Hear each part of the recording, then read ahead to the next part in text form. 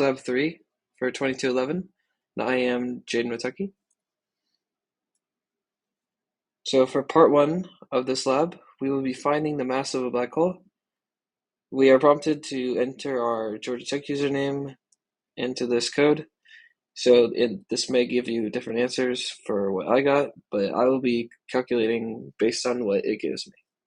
So for delta t, in this first section, I calculated the number of seconds in a day, which is 24 times 60 times 60, which will give you 86,400. For part 2 of this code, for part 1, I filled in the starter code using physics formulas such as position equals mass times velocity, the change in velocity and position formulas, etc. We also have to calculate the parallel component of the net force and then use that to find the perpendicular component, because parallel plus perpendicular gives you total, so you just rearrange from there. MBH calculates the mass of the black hole, which we will use for part 2 of the lab. Here are the results for part 1.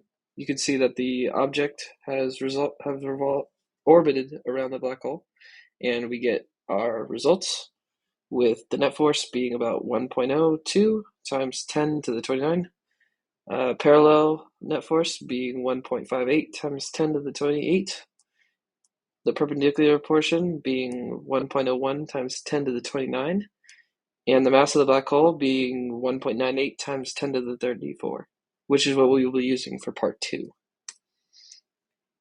Here are some quick formulas for part 2. Here's part 1 of part 2, the first code block. We used the mass from part 1 at the beginning, and then we needed to calculate an initial velocity to get the ship close to the black hole. I'm assuming that this means that we get as close to the black hole as possible without crashing into it, so that's what I did for this part. For part 2 of the code, we are calculating the force of gravity and net forces using the formulas in the intro to this part, and then using that to update the position of our model. We calculate planet by black hole, planet by ship, then the net force to get force on the planet.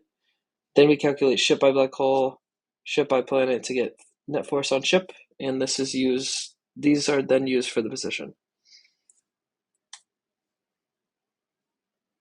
Here are the results for part 2. In the video, you can see that the object gets very close to the black hole without actually crashing into it. That is seen in the magenta line. You can see right there, it's very close.